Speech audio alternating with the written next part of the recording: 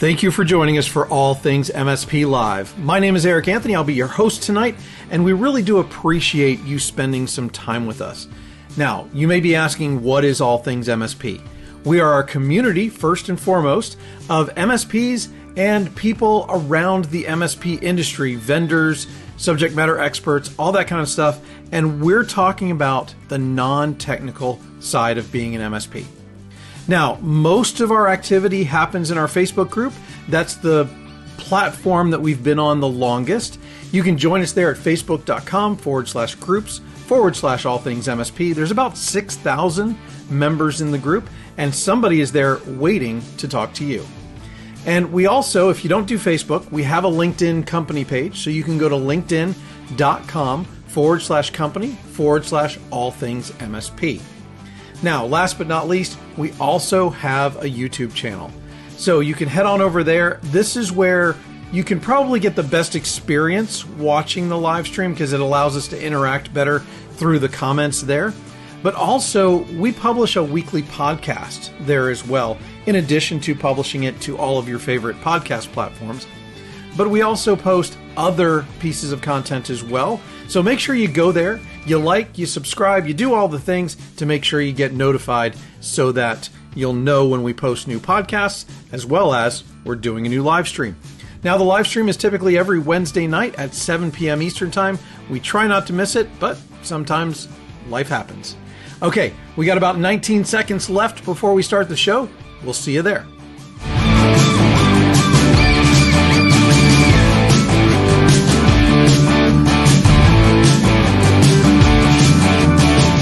The views and opinions expressed on this broadcast are those of its participants and do not reflect the views and opinions of any employer, MSP, sponsor, advertiser, or vendor.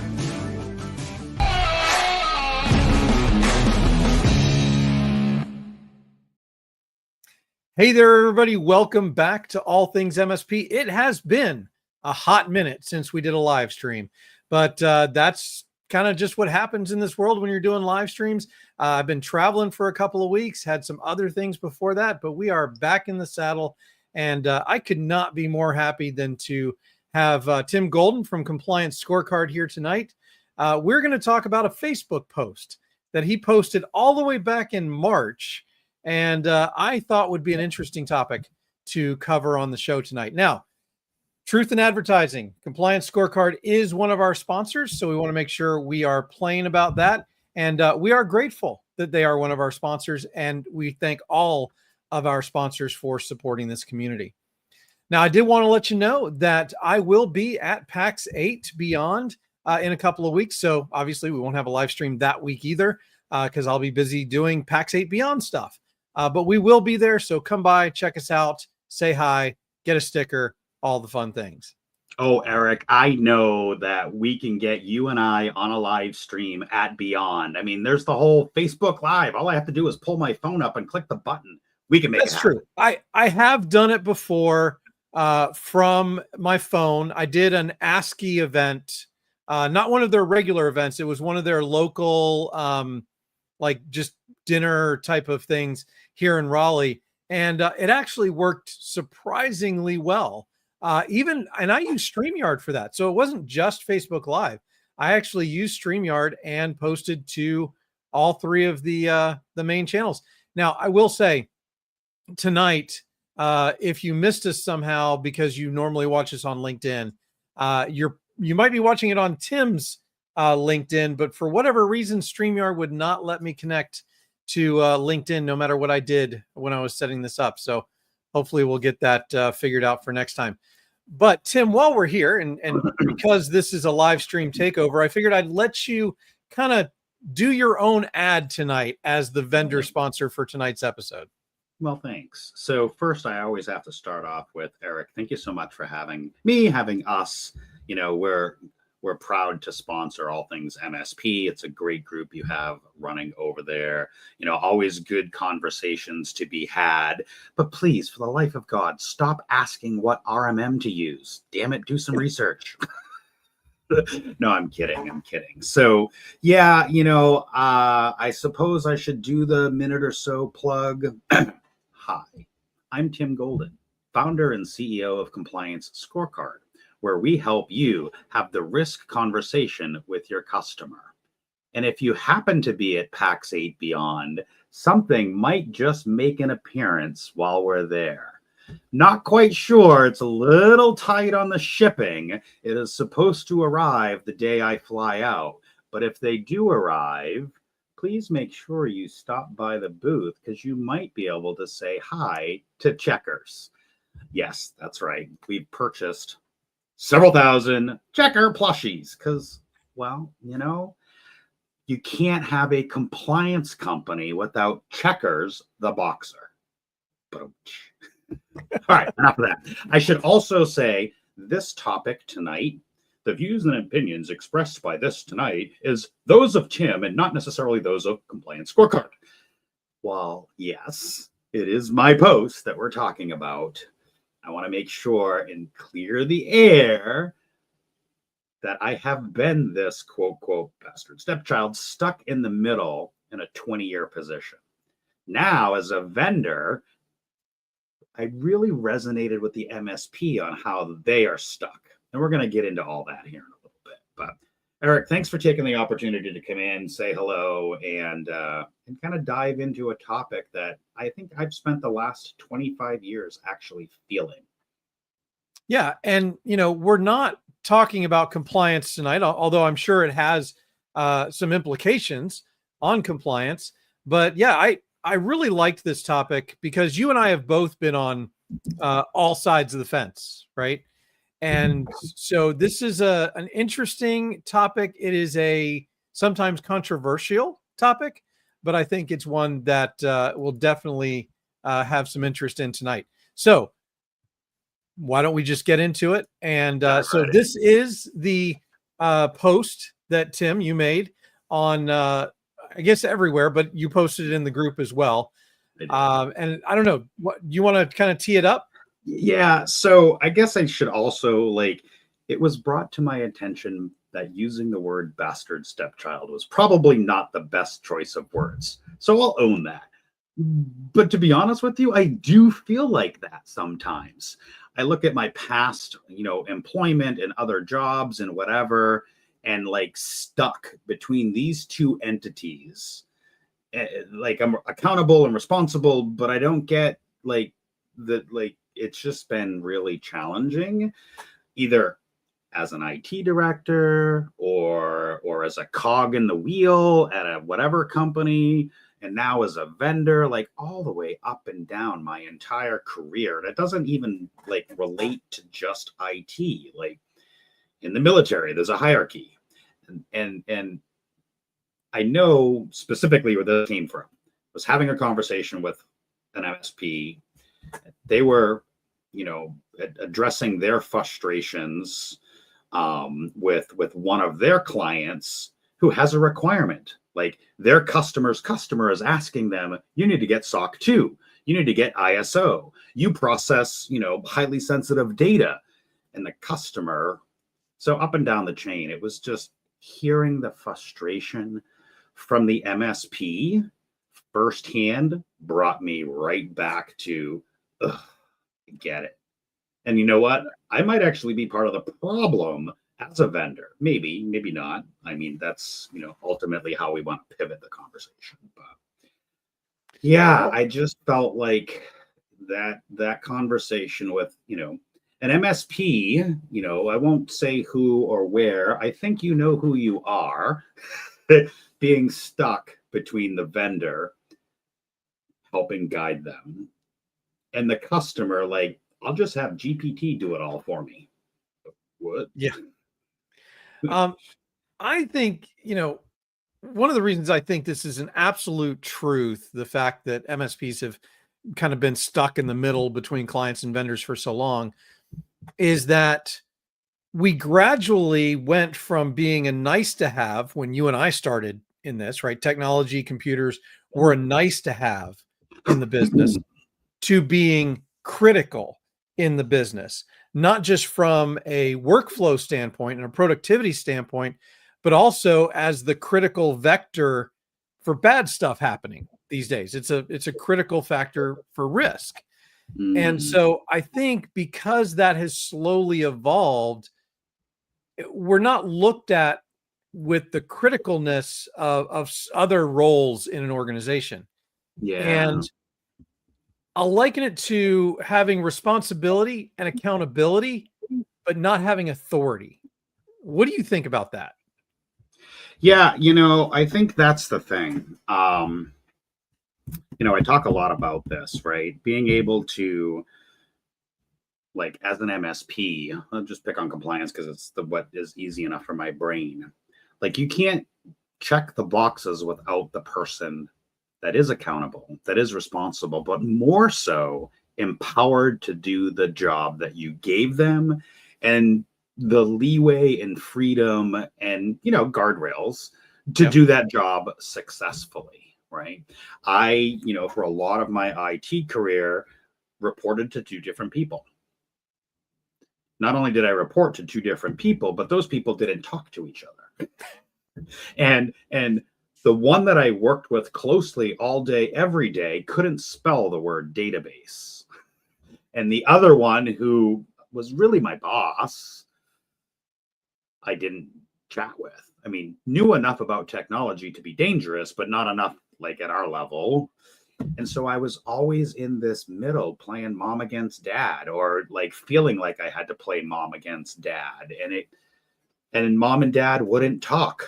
So hence the stepchild stuck in the middle, except I had two step parents, right? And let me back up even more 10,000 feet. I am a stepfather. Both of my daughters are my stepdaughters. They're my daughters, period.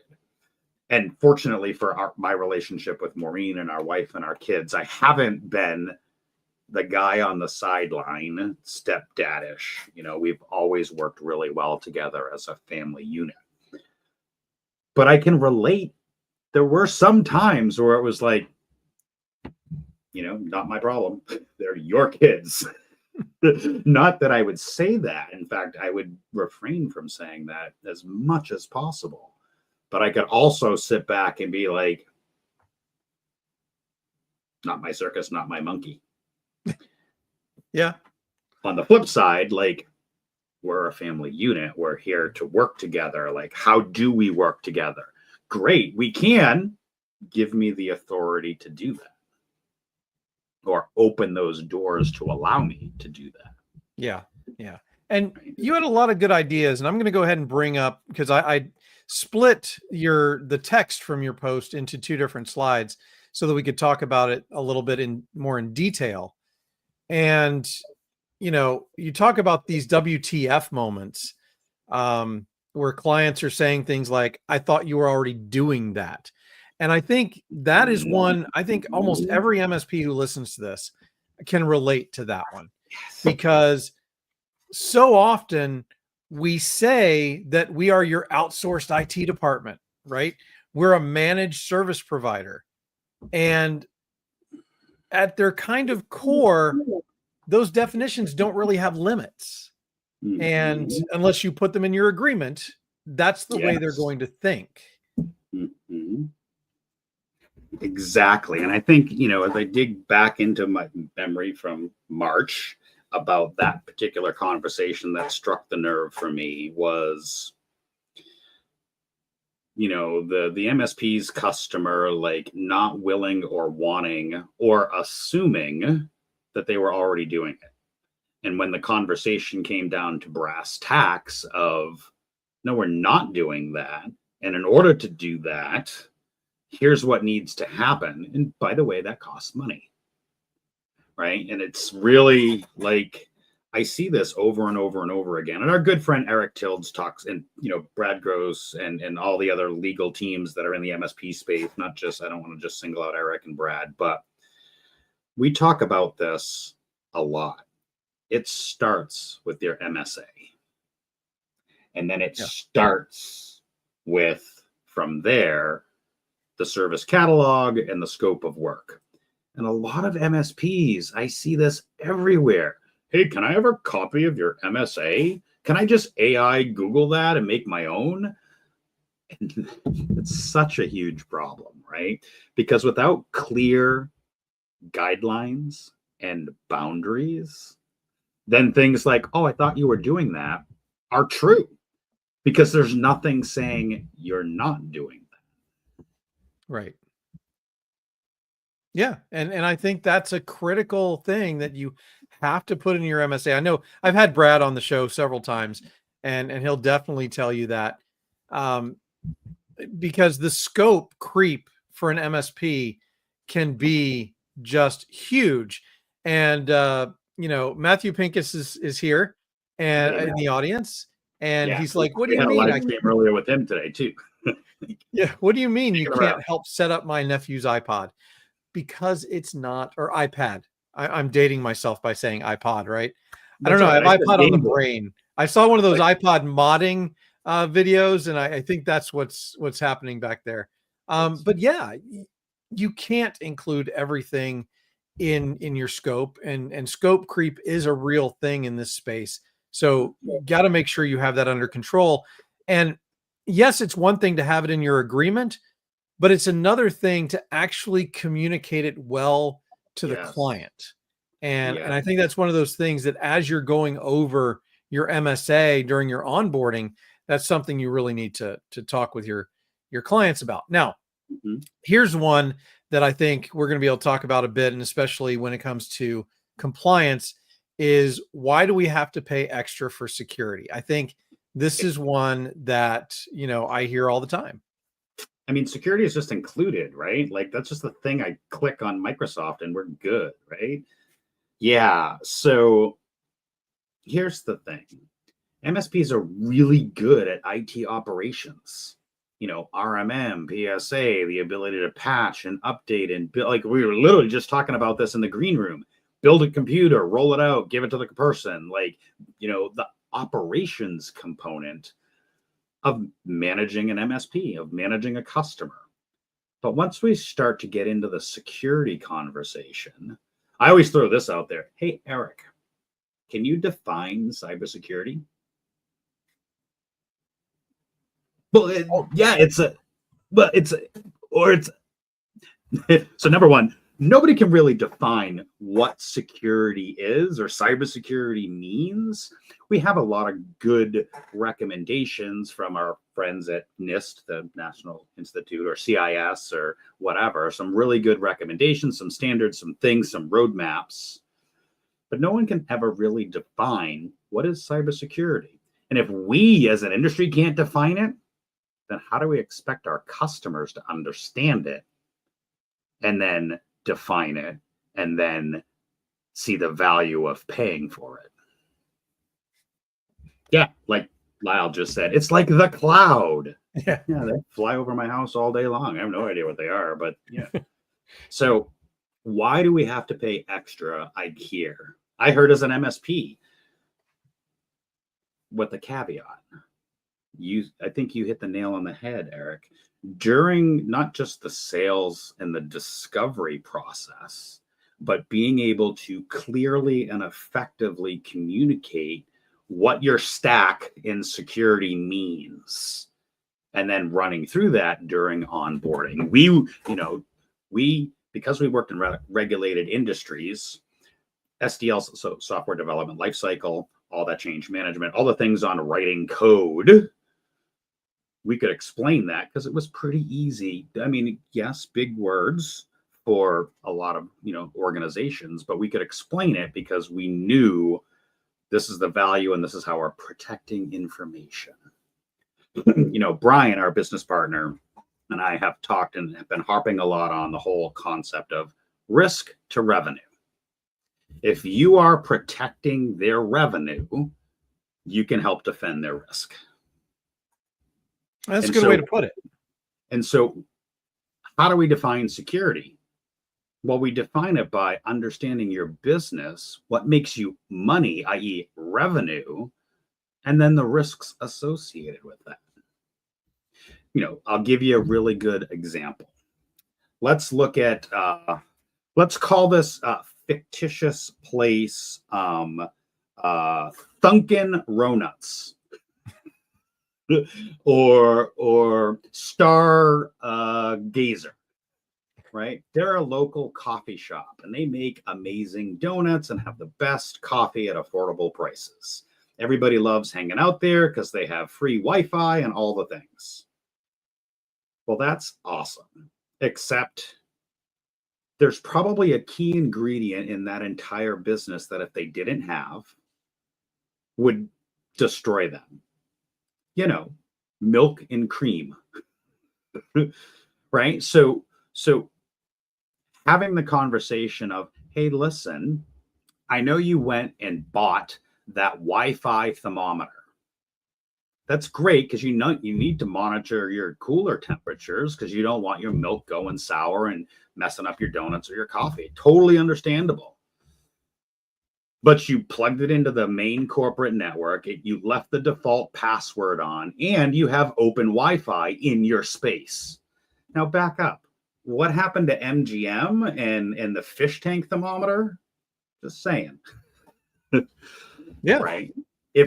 If we didn't have that conversation with, Star Donuts or whatever the hell it's called on their plugged in thermostat and making sure it didn't have a default password, isolated, talk about the security. Hey, listen, somebody can hack that thing from your own damn network and take over the rest of your own damn network because you didn't understand the safeguards we wanted to put in place because we didn't do a great job explaining it to you.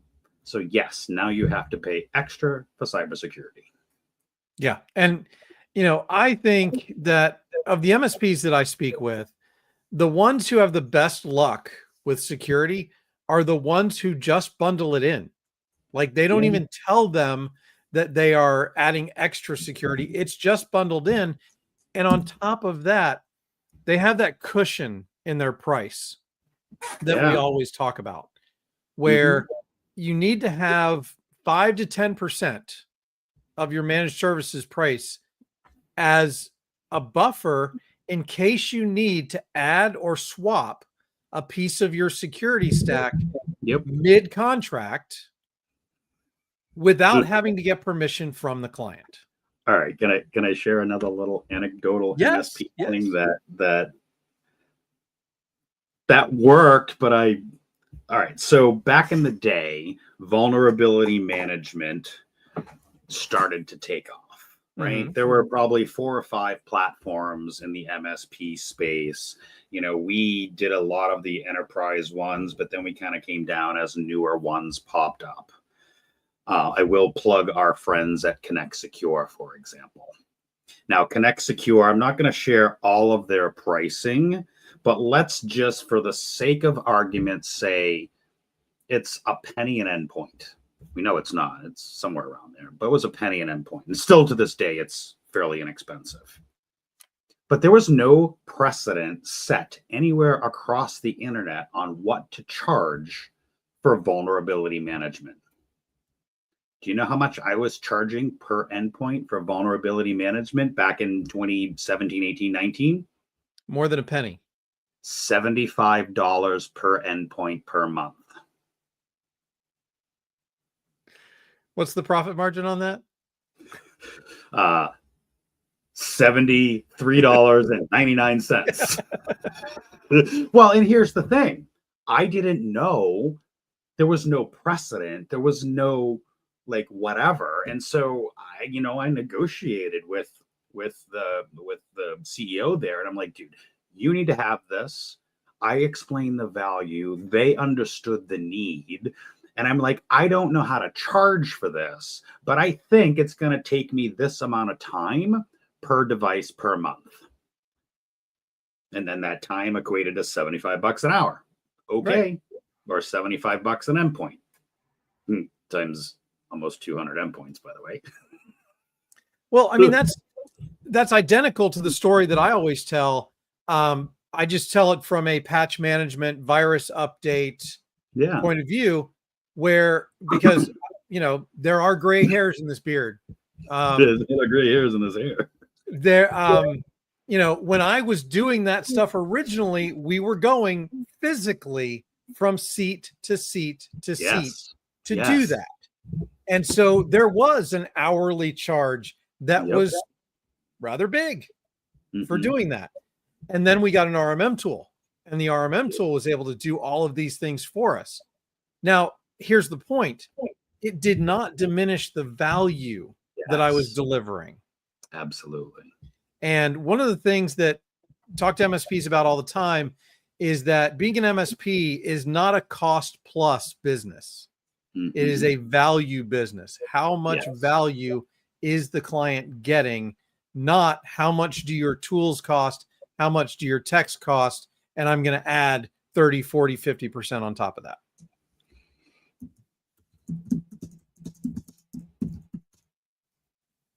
So Hold on. I'm that's all right. responding to those over on LinkedIn in the comments. Some good comments popping up. I don't know if in StreamYard you have the ability to pop that up. You know, Matthew had some good stuff about the MSA and the explanation component. So I do, for the ones that have come in from your because obviously I couldn't stream to StreamYard tonight. So yes, here's Matthew's comment that he made a few minutes ago. For a second. And this mirrors what we were talking about, right? It says MSAs are great, but communication is key. You should only fall back on reading the agreement when you absolutely need to. Deliverables need to be as clear and intuitive as possible. And I've had this conversation with Brad, by the way. The time that they're actually going to read the MSA is when there's a problem, and you don't want to get to that point. You want to have communicated clearly, in addition to the MSA, how you operate, what this relationship is going to look like moving forward, before you get to the point where there's a problem and their lawyer is reading your managed services agreement. Exactly. And I love that the deliverables need to be as clear, intuitive. Okay, the word is the word. I think they need to be as clear as possible, right? Yeah. Unfortunately the product is gone, but there was a great website up until about a month or two ago called plainlanguage.gov, right? And it really helps us write in plain language, right? I spent a lot of time working and reading and understanding how to say things as clear, concise, and as possible, but yet I still ramble way too much. But that's the thing, like, there's a level of understanding from a technician to an owner. There's a lot of fuzzy in there. And when we start talking about our blinky lights and our, this RMM and that PSA and this EDR and MDR and SOC, SIEM, SOAR, EDR, FYZ, acronym, whatever, they don't care about that. They do care about how you're protecting their business. They do care about, their revenue streams. And being able, like, again, put my MSP hat back on, like, part of the sales process. We have an email spam filtering solution. That's it. I don't have to tell them it's Proofpoint or Iron Scales or in these 20,000 features and how it all flips over backwards and does things. We have an email spam protection program. Right. We have an antivirus program that runs on your computer.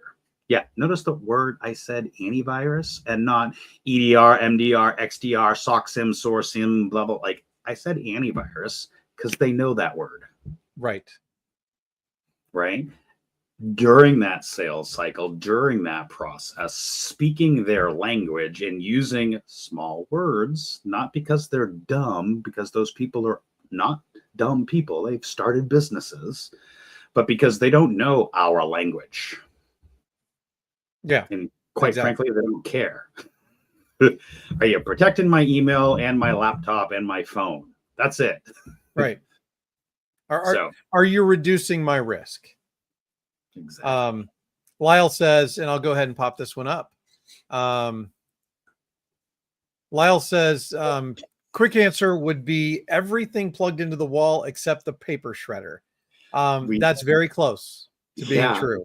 We had a saying, or at least my saying was, if electricity flows through it, it weighs more than a pound, or it flushes, it's IT's job to be in the know and deal with it. I'm not sure where the flushing comes in there. Because I still have the screenshot. I should find this.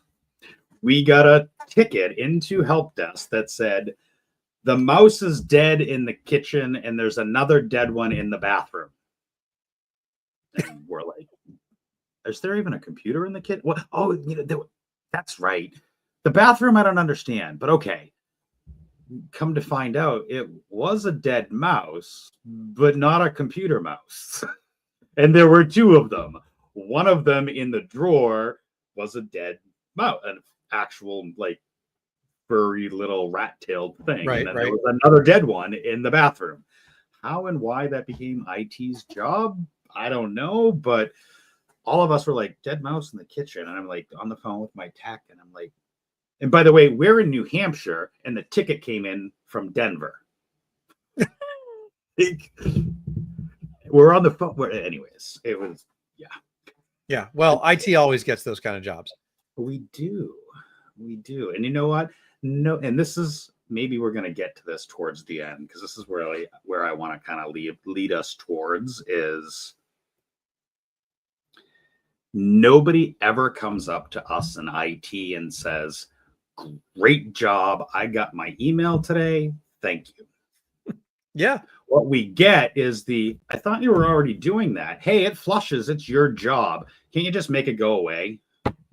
Yeah. And that's one I wanted to talk about, because it is one you pointed out in your post. These are the people who would just rather stick their heads in the sand, and you can no longer do that in this environment, because that is the quickest way to get breached or have a problem. Yeah. I mean, even just, well, we'll pick on CMMC because we have a couple of people in the audience that know about it and SOC 2 and all the things. There are legal obligations for certain industries that you have contracts for that says you will adhere to XYZ. Right? Period. End of story. CMMC, great example. Back in, what was it, 2017, defarce clauses, blah, blah, blah. You should have been doing this all along. And still, to this day, customers of MSPs are like, I'm going to wait and see what happens. What, like, you're already 5 years behind. Flip that to, okay, Eric, you're the MSP. You have a customer that deals with, I don't know, tax information. And your customer said, hey, I want you to have SOC 2. In fact, here's the new agreement for you to do business with me. And right in there, it says you need to be SOC 2 and ISO compliant by June 1st. Whatever. I'm looking at my calendar.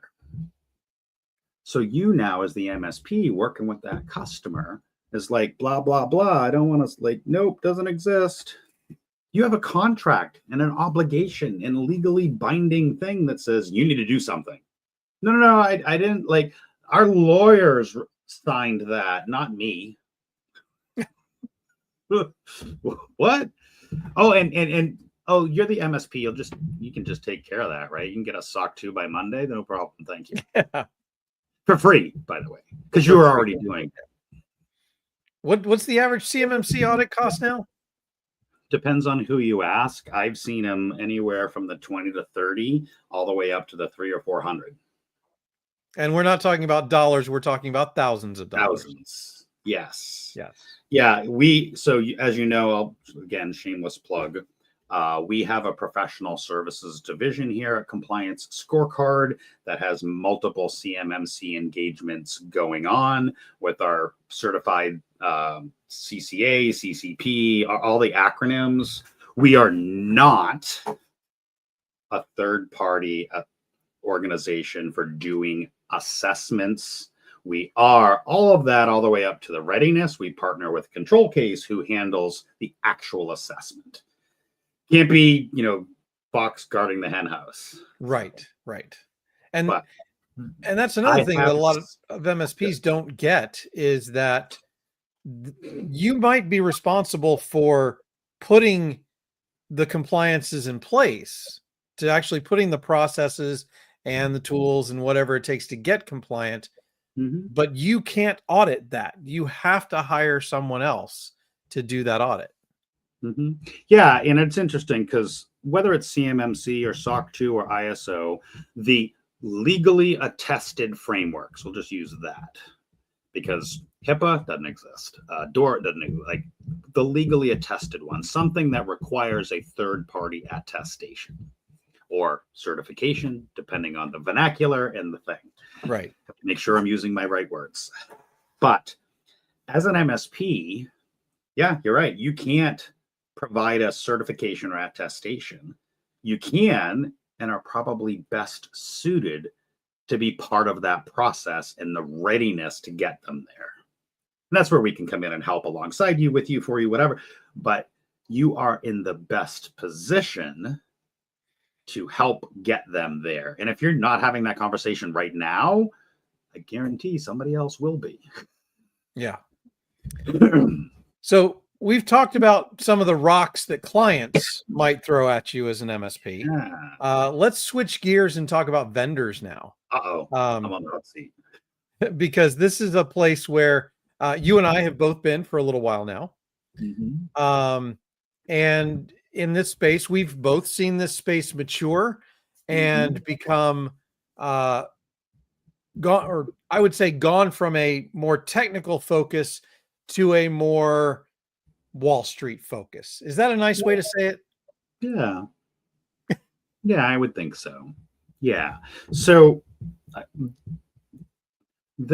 let me just put the caveat. There are a lot of great vendors in the space that want to do the right thing, that are trying to do the right thing. Some of us, like us, fail at that because we're figuring it out along the way.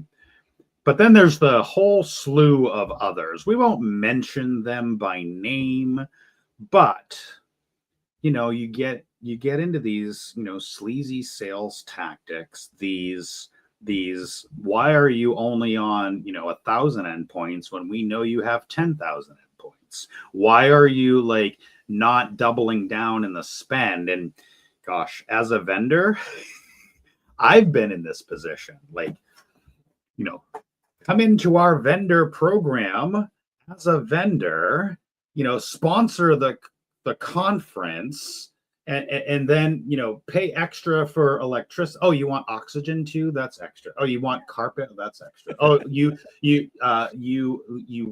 want sunlight? That's extra. Like, as a vendor, I've been there too. Yeah. But I have seen firsthand, and I'm going to say it, really shitty vendors putting their MSP between a rock and a hard place. Hey, we get it. You don't like our software, tough crap. You have a 17-year contract, and there's no way you're going to get out of it. And by the way, even at the end of that 17-year contract, you're still going to end up paying for it because we have other things in place to make sure that you don't get out of it. Tough. I have seen this. I have been part of it. Yeah. Yeah. And I think contracts are one thing. And that's one of those things where I think it's also the exception more than the rule. In terms of bad contracts and bad long terms. And, one of the examples you put in here is, why haven't you sold more licenses? Right. And that doesn't necessarily come from a bad place. Right. Businesses are in business to make money. Right. And, in situations where you're a vendor and like, hands down, you have a product that will absolutely help 9 out of 10 of the MSP's clients. Yeah. And so you are trying really hard to get that into all of their clients because it'll help. So it's coming from a good place. Let's hope. But vendors can sometimes get too pushy.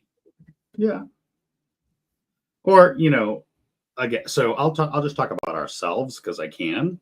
I had it in my head when we launched Compliance Scorecard that we were going to sell it in packs of 5.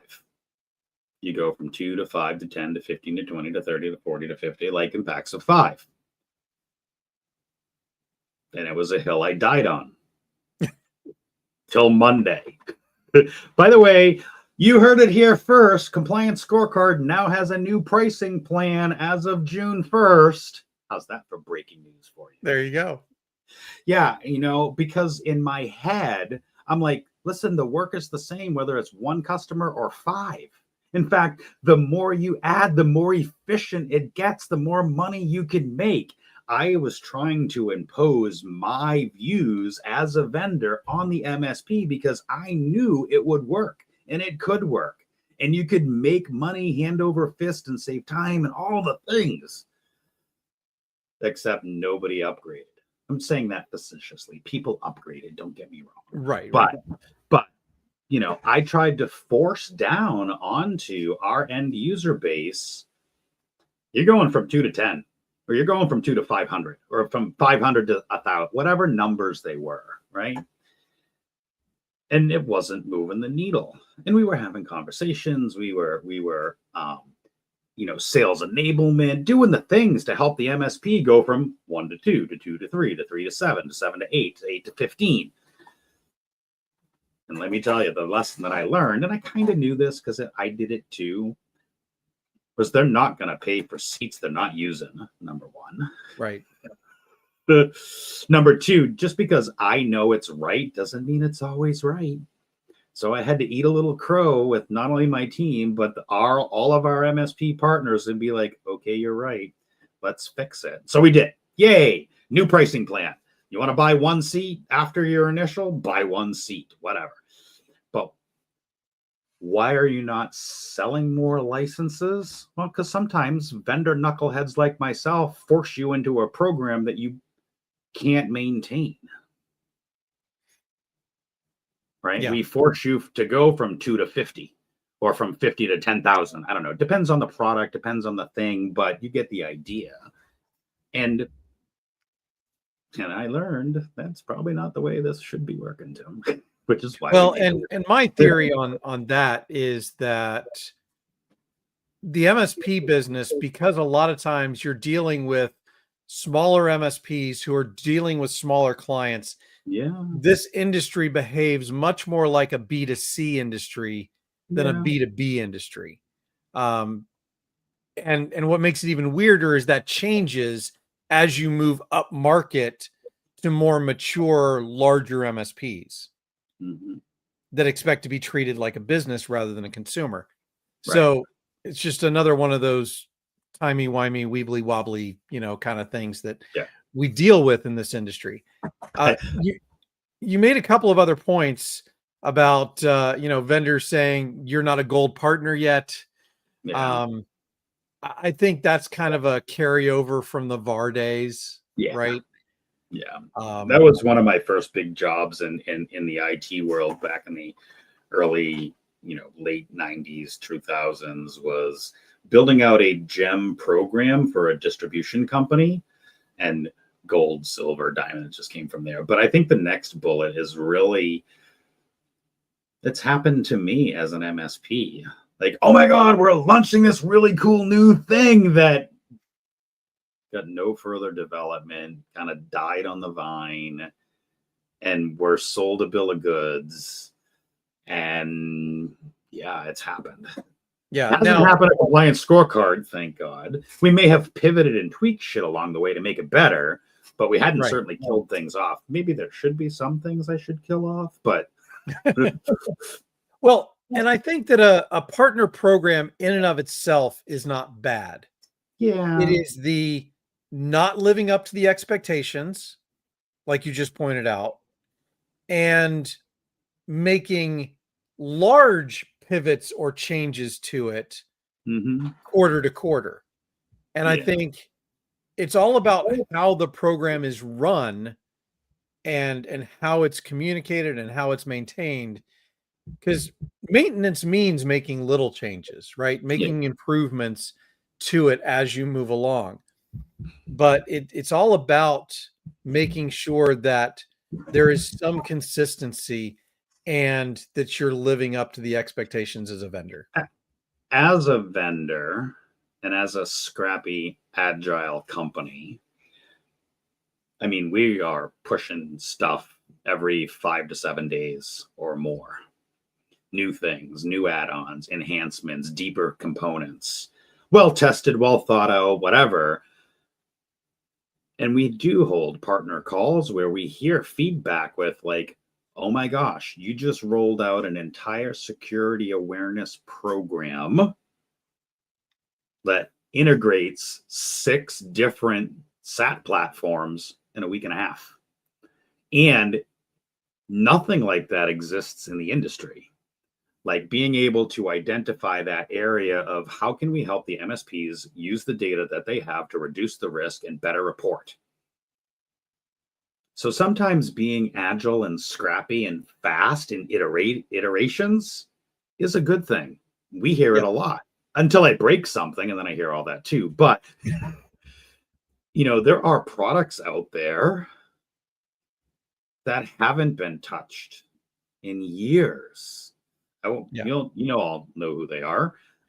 There are even newer products that haven't really had a lot of fundamental changes in months or years.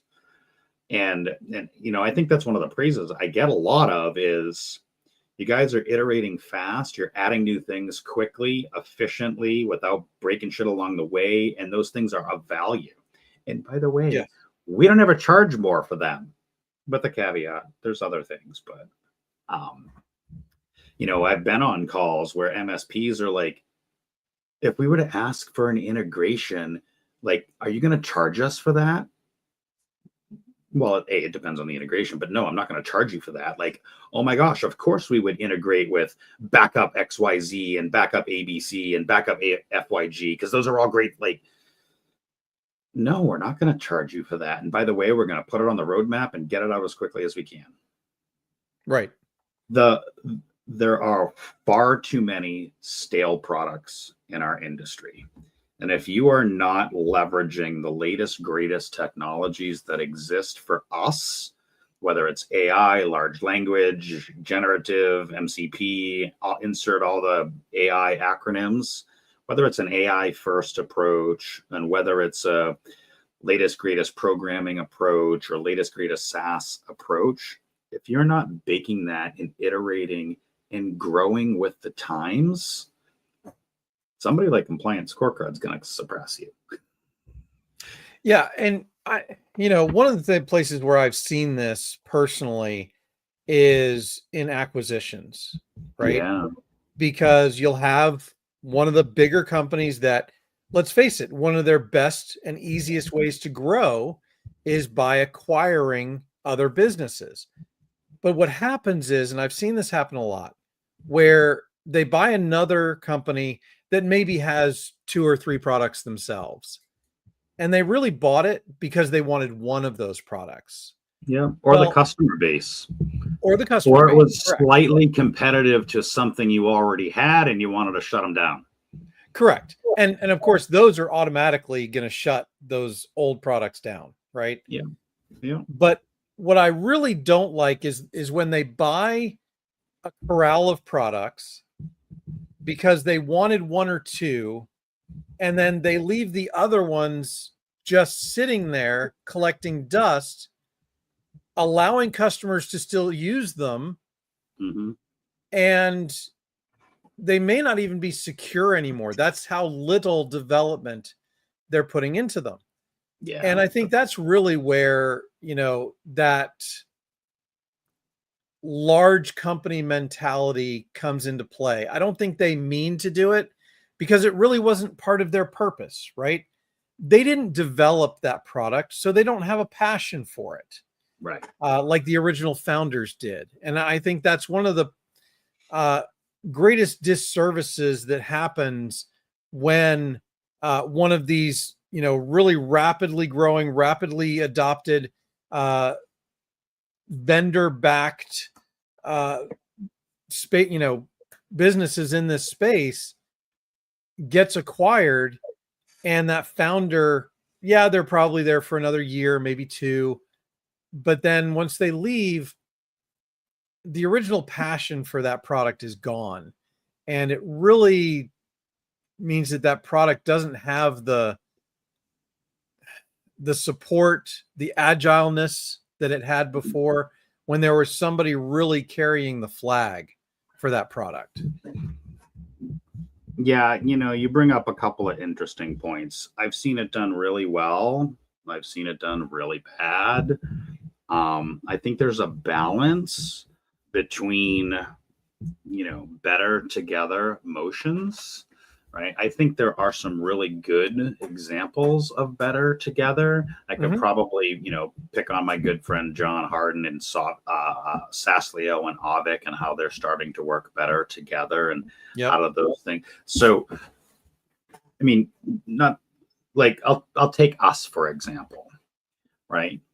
I know where I'm at and where I'm going to be in 1, 3 to 5, 7 years down the road. I know that there is way more that we could be doing. Everybody asks, so do you install an agent on the machine and you just comply everything? Actually, no. In fact, I never wanted to write an agent. That's a whole nother conversation. Agent bloat, too much overhead. Like I just never wanted to do that. I wanted to let's tie into your existing agents. Let's tie into your existing data. Let's take all that disjointed crap and pull it together in a centralized system, right? So when I built Compliance Scorecard, I always knew that we were going to be part of something bigger. You know what? All those other things, when you think of the compliance or the security or the technology stack, I don't want to build all that crap. I want to figure it all out here with us and our people and our partners and our team and build the best thing we can that then becomes part of something bigger. I'm not building an agent. I don't want to build an agent. I don't want to build a vulnerability scanner. I don't want to build a SaaS, scanning tool or an M365 hardening tool. I don't want to build any of that crap. I know my domain. I know my wheelhouse. But I'm not blind that there's a bigger picture. And so when we built this, it's all part of the bigger picture. Cybersecurity is broken. I'm only looking at one little sliver at it. And, for the next 5, 3, 7, 8, well, according to my wife, 25 more years, whether, we become part of a bigger thing or, stay on our own or buying more, this is why we acquired Privacy MSP. I announced that here. You knew that because we knew helping MSPs on the professional service in the compliance space was peanut butter and jelly. Right. So we acquired Privacy MSP and made us better, made our MSPs better, now Brian and Privacy MSP are part of a bigger piece. And those can just keep growing, whether we keep buying people or however those things work out. I mean, can't predict the future, but I always knew I am one little sliver. What we do here at Compliance Scorecard is one sliver of a bigger pie. If you look at all the others that are out there, you're right. As a vendor, you have 3 options: build, buy, or integrate. That's it. You're either building it yourself, you're buying the company, or you're integrating. We took the integration approach. Now, when you and I were in the green room before we started this, we're like, oh, we're just talking about one Facebook post tonight. We're probably going to do this in 30 minutes. And now we find ourselves 54 minutes into this show, and we haven't even gotten to the second slide of content. So I do want to shift gears real quick, because we've talked a lot about the negative stuff that MSPs deal with. And I want to talk about the positive things that really should be coming from this. And actually, I'll let you go through your thumbtacks here and kind of give the audience a little preview of what we're going to talk about next. Yeah, I alluded to this earlier, right? Listen, you are that first responder. You are the one that steps into the kitchen and drags the dead mouse, the furry thing, out of the drawer and dispose of it properly. And you know what? Nobody ever comes and thanks you. Well, this is me thanking you. This is us thanking you. You are not that bastard stepchild stuck in the middle. As I said, you are the damn backbone of the technology function within that company. So yeah, kind of start acting like it. But obviously you are undervalued, misunderstood, and always underpaid and underappreciated. This is me saying thank you to every IT professional, whether you're a level one help desk or you're the CEO of some billion-dollar company. All of us have had to sledge through the mud to come along this journey, and you've done well. Don't let them get you down. Well, and I really like the last set of bullet points that you put into this, because I think most MSPs are undervalued. And I think they are misunderstood. And I totally agree that most of the time they are underpaid. Yeah. And I think that from what we've talked about tonight, I think MSPs need to understand that they have more leverage than they think they have. They do. They are more important to these businesses than they have ever been before. But if you're not communicating that value, that's where you get yourself in trouble. And that's the bottom line of the points that you're making here, is making sure you're showing the clients the business value behind what you do. We've talked about that for years, right? Draw the line on what's included and what's not, because otherwise they're going to devalue you. Yep. Because if everything's included, you are going to always be of a very low value. And then part of that communication is turning your expertise into documented, defensible offerings. And I think that's a great way to put it. Yeah. It's not written down. It still exists, and you're still held accountable because there are no clear lines. Right. And when the poop does hit the fan and you need to be defending what you have or have not been doing, if it's not written down, way too many assumptions happen. You know what they say about the word assumptions, right? Yep. Being able to listen, you've heard me say this before. I had to learn that the hard way. And I had to spend the better part of 6 months to a year writing as the dyslexic IT guy, with a third grade English, whatever. But when I did that, and then when I standardized on that, and when I built a business around that standardization of that documentation, we never had an incident. 20 years all over the country, hundreds of, clients and endpoints and thousands of things. Why? Because everybody understood it. It was written down. There was process around it.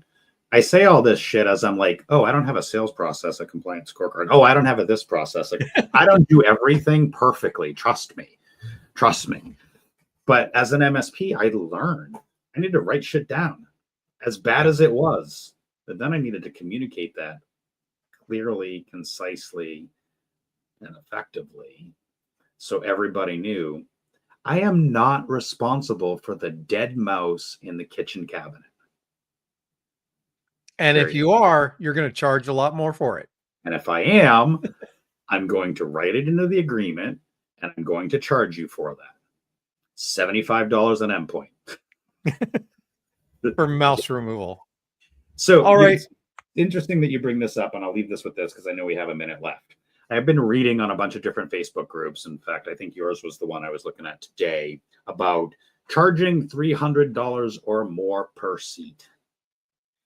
I don't know if it was yours or whatever, it didn't matter, but it was a Facebook post. And here's the thing. You can charge more money, because once you explain the value and how invaluable you are to that organization and the agreements that you have in place, you can write your own ticket. Trust me, I was charging $75 per endpoint for vulnerability scanning back in 2019-ish. Why? Because they understood the value. Right. So and don't devalue yourself Don't feel like you're stuck in the middle. And thank you for all the work that you do day in and day out, week after week after week. Because, hey, I got my email today. Well, thank you very much, Tim, for that. Thank you for your post originally. For those of you who joined us late, you can always go back and watch the rest of this on YouTube. I do want to say before we log off that don't miss Marvin B's live stream tonight. It is starting right now. So you want to jump right over there and do that. But thank you very much for joining us tonight, and we will see you in the next one. Thank you.